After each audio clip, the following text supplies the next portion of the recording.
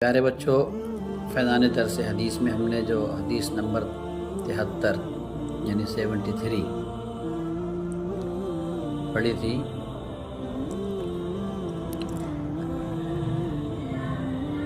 اس میں 4 باتیں پیارے آقا صلی اللہ علیہ وسلم نے بیان فرمائی تھیں اور اسے ان باتوں کو منافق کی پہچان بتایا تھا کہ یہ باتیں منافق کے اندر ہوتی ہیں، مومن کے اندر نہیں ہوتی۔ بس میں کس کے اندر نہیں ہوتی؟ مومن کے اندر۔ مطلب یہ کہ مومن کے اندر ہونی نہیں چاہیے، مومن کے اندر جب منافقوں کی پہچان ہے یہ عادتیں کون سی؟ وَإِذَا تُؤْمِنَ خَانَ، کہ جب اس کے پاس امانت رکھی جائے گی تو خیانت کرے گا۔ کیا کرے گا؟ وَإِذَا عَاهَدَ غَدَرَ، جب وعدہ کرے گا تو توڑ دے گا۔ اس سے پہلے تھا وَإِذَا حَدَّثَ كَذِبَ، جب بات چیت کرے گا تو کیا کرے گا؟ جھوٹ بولے گا۔ تو دو باتیں بیان ہو گئی تھی۔ تیسری بات کہ وَإِذَا عَاهَدَ غَدَرَ، کہ جب وعدہ کرے گا تو کیا کرے گا؟ وعدہ توڑ دے گا، وعدہ خلافی کرے گا۔ تو آپ کو بتا دیا تھا کہ نفاق کے بارے میں، نفاق 2 طریقے ہوتا ہے، نفاق کے عمل اور نفاق کے اعتقاد، یعنی ایک عقیدے میں نفاق اور ایک عمل میں نفاق۔ تو عقیدے میں نفاق تو بہت ہی برا ہے، وہ بات اوپر ہو گئی، اور جن کے عقیدے میں نفاق ہے ان کے بارے میں فرمایا ان المنافقین فی الدرک الاسفل من النار، کہ بے شک منافقین جہنم کے سب سے نیچے والے طبقے میں رہیں گے۔ ایک اعتقادی نفاق ہوتا ہے، ایک عملی نفاق، بات سمجھ رہے ہیں آپ؟ تو یہاں پر نفاق کے عمل ہی کی بات ہے کہ نفاق کے عمل بھی مسلمان کے اندر نہیں ہونے چاہیے، مگر آج جو ہے مسلمانوں میں یہ عیوب پائے جاتے ہیں۔ جو 4 خصلتیں منافقوں کی خصلت بتائی حضور نے، کس کی خصلت بتائی؟ منافقوں کی۔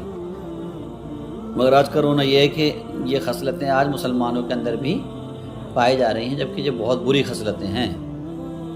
ایسی خصلتیں جیسے جھوٹ کے بارے میں حضور سے پوچھا گیا کہ مومن بزدل ہو سکتا ہے؟ حضور نے فرمایا ہاں بزدل ہو سکتا ہے۔ پوچھا گیا مومن کنجوس ہو سکتا ہے؟ تو فرمایا ہاں مومن کنجوس ہو سکتا ہے۔ پوچھا گیا کہ مومن جھوٹا ہو سکتا ہے؟ تو آپ نے فرمایا مومن جھوٹا نہیں ہو سکتا۔ تو یہ خصلتیں جس کے اندر ہوتی ہیں نا، تو اس کا ایمان کمزور مانا گیا۔ کیسا مانا گیا؟ کمزور ایمان کی دلیلیں ہیں۔ تو یہ چیزیں کیا ہے؟ اچھی نہیں ہیں۔ امانت میں خیانت، اور بات چیت کے ٹائم جھوٹ، اور وعدہ خلافی، اور گالی گلوچ، اور کیا؟ گالی گلوچ۔ یہ چیزیں اچھی نہیں ہیں۔ یہ کس کی پہچان بتائی جا رہی ہے؟ منافقوں کی پہچان ہے۔ تو 2 باتیں آپ نے 2 باتوں پہ گفتگو ہو گئی کہ امانت میں خیانت اور جھوٹ، قائے پہ جھوٹ۔ اب عہد شکنی کے بارے میں علماء کرام فرماتے ہیں یہ بھی ایک نفاق کی علامت ہے۔ عہد شکنی بری عادت ہے۔ کون سی عادت ہے؟ یہ اچھی؟ وعدہ خلافی اچھی عادت ہے بری عادت ہے؟ بری عادت ہے۔ ہمارے پیارے آقا صلی اللہ تعالیٰ علیہ وسلم تو وعدہ نبھانے کے خاطر ایک ہی جگہ پر 3 دن کھڑے رہے، یعنی نماز کے اوقات میں کسی کو کھڑا کر دیتے تھے، پھر نماز پڑھنے چلے جاتے تھے، اور 3 دن کے بعد اس شخص کو یاد آیا جو وعدہ کر کے گیا تھا، کہہ رہے میں نے تو وعدہ کر لیا تھا آپ سے۔ اب پھر دیکھیں حضور کی شان دیکھیں، پھر بھی حضور نے اس پہ غصہ نہیں کیا، اور فرمایا کہ تم نے تو ہمیں مشقت میں ڈال دیا، تم نے تو ہم تو توڑ پھوڑ کر دیتے، کیوں؟ گالیوں کی بوچھار کر دیتے، یہ 3 دن میں لوٹ رہے وعدہ کر کے۔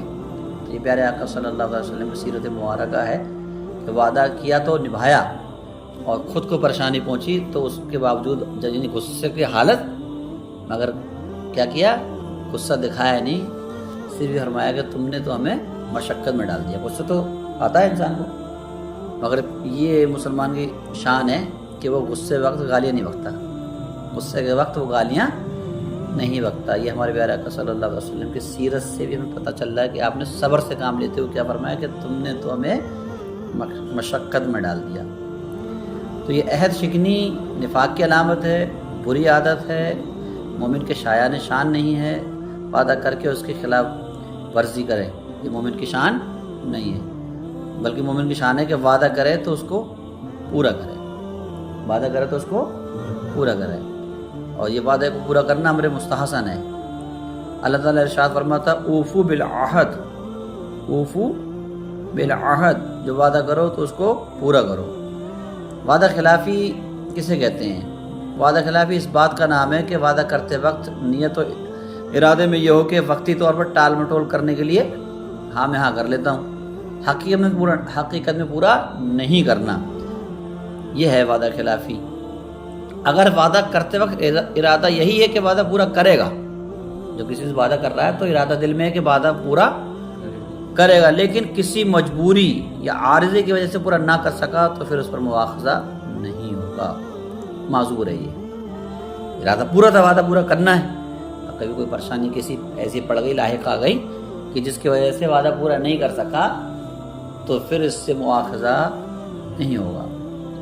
علماء فرماتے ہیں کہ ہبہ وغیرہ کے وعدے کو پورا کرنا بہت ہی اہم امر مستحب ہے، اور اس کا خلاف کرنا مکروہ ہے، یعنی مکروہ تنزیہی۔ سچا وعدہ کرنا یہ حضرت انبیاء کرام علیہ الصلوۃ والسلام اور صالحین کا طریقہ ہے۔ سچا وعدہ کرنا اس کا طریقہ ہے انبیاء کرام کا۔ اگر کوئی وعدہ کر کے اسے پورا کرتا ہے یا وعدہ کرتے ہوئے اس کے پورا کرنے کی نیت ہے تو یہ طریقہ کس کا ہے؟ انبیاء کرام کا ہے، صالحین میں اچھوں کا طریقہ ہے۔ خداوند قدوس جل شانہ نے حضرت اسماعیل علیہ السلام کی شان میں فرمایا انہ کان صادق الوعد، یعنی کہ بے شک آپ وعدے میں سچے تھے۔ کیسے تھے آپ وعدے میں؟ سچے تھے۔ اس حدیث میں فرمایا گیا کہ منافق کا کام ہے وعدہ کر کے خلاف ورزی کرنا۔ یہ کام کس کا ہے؟ مومن کا کام نہیں ہے، مگر آج مومنوں میں یہ خصلت پائی جا رہی ہے، ہیں تو وہ ایمان والے ہی، مگر یہ خصلت منافقانہ ہے۔ کون سی خصلت ہے؟ منافقانہ ہے۔ تو مومن کے اندر یہ خصلت ہونی چاہیے؟ نہیں ہونی چاہیے۔ واضح ہے کہ جس طرح کسی مخلوق سے عہد شکنی منع ہے، اسی طرح اپنے خالق و مالک سے بھی عہد شکنی اور بدعہدی اس سے کہیں بڑھ کر حرام و گناہ ہے۔ اللہ تعالیٰ نے ہر انسان سے اپنی توحید کا عہد لیا ہے، اور کہتے نہیں الستو بربکم کہ میں تمہارا رب نہیں ہوں، قرآن پڑھتے ہیں ہم نئے بارے میں، تو سب نے کہا بلا کیوں نہیں۔ اور علماء کرام سے خصوصی طور پر عہد لیا کہ وہ کبھی بھی اور کسی حال میں بھی حق بات کو نہ چھپائیں گے۔ وَإِذَا أَخَذَ اللَّهُ مِيثَاقَ الَّذِينَ أُوتُوا الْكِتَابَ لَتُبَيِّنُنَّهُ لِلنَّاسِ وَلَا تَكْتُمُونَهُ، بات سن رہے ہیں؟ کبھی بھی بات کو چھپانا نہیں ہے بلکہ صاف صاف بتانا ہے، بات سن رہے ہیں؟ بیان کرنا، ضرور بیان کرنا، وَلَا تَكْتُمُونَهُ، اور اس کو چھپانا مت۔ یہ علماء سے، یعنی جو علم والے ان سے۔ اس لیے جو انسان یا علماء کرام کسی دنیاوی منافع کی خاطر مشرکین کی خوشنودی کے لیے غلط کام کر بیٹھتے ہیں یا کلمہ حق کو چھپاتے ہیں یا اس کو بیان نہیں کرتے، وہ بھی عہد شکنی ہے اور اللہ تعالیٰ سے کیے ہوئے وعدہ خلافی کے مجرم گناہگار ہیں۔ جیسے ہم نے کہا تھا کہ ہاں ہمارا رب کون ہے؟ اللہ ہے۔ اللہ نے فرمایا الستو بربکم کہ میں تمہارا رب نہیں ہوں، تو تمام عربا نے کیا کیوں نہیں؟ تو یہ وعدہ ہوا نہیں۔ اب اللہ کو چھوڑ کے وہ کسی اور کی عبادت کرتا ہے تو یہ وعدہ خلافی ہے۔ علماء کرام سے عہد لیا کہ حق بات بیان کرنی، چھپانی نہیں۔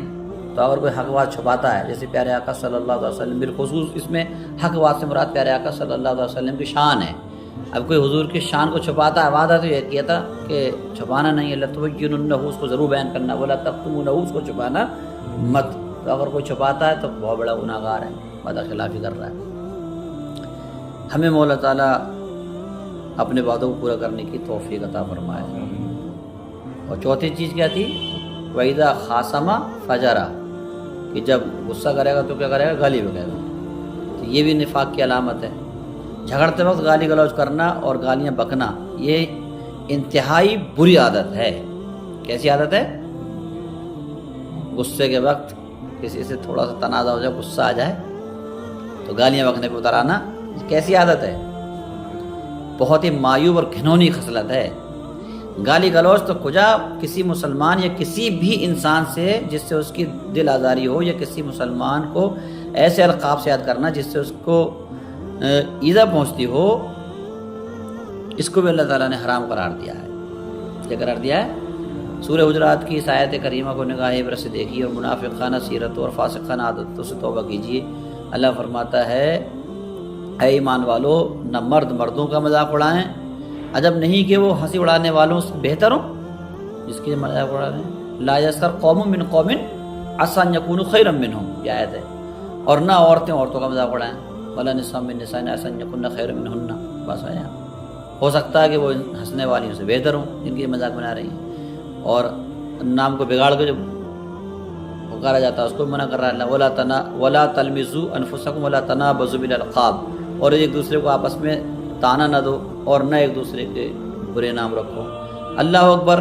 جب کسی مومن سے اس قسم کا مذاق جائز نہیں جس سے اس کے دل آزاری ہوتی ہو، اور نہ کسی مومن کو ایسے برے القاب سے پکارنا جائز ہے جس میں اس کی توہین کا پہلو نکلتا ہو، تو پھر بھلا کسی مومن کو گالیاں دینا، بےہودہ بگنا کس طرح جائز ہو سکتا ہے؟ بہرحال کسی مسلمان کو گالیاں دے کر یا اس کے سامنے بےہودہ الفاظ زبان سے نکال کر تکلیف دینا یہ منافقوں کی خصلت اور فاسقوں کا طریقہ ہے. گالی دینا، فحش کلامی کرنا ہرگز مومن کا کام اور مومن کی شایان شان نہیں. تو آج کی آپ نے یہ جو تم نے حدیث پڑھی تھی 3 دن چلی، پوری ہو گئی. اللہ تعالیٰ اس پہ ہمیں ثواب عطا فرمائے گا. اور جیسا کہ ہمارا چینل کے ذریعے سے یوٹیوب پہ جائے گی ہے تو جتنے لوگ سنیں گے اللہ کی بارگاہ میں دعا ہے کہ اللہ تعالیٰ انہیں بھی ثواب عطا فرمائے. اور جو لوگ اس کو آگے شیئر کر دیں یا پہلی بار سن لیں سبسکرائب کر لیں تو ان کے لیے بھی اللہ کی بارگاہ میں دعا ہے ان طالب علموں کے ساتھ کہ اللہ تعالیٰ ان کی بھی تمام جائز مرادیں پوری فرمائے.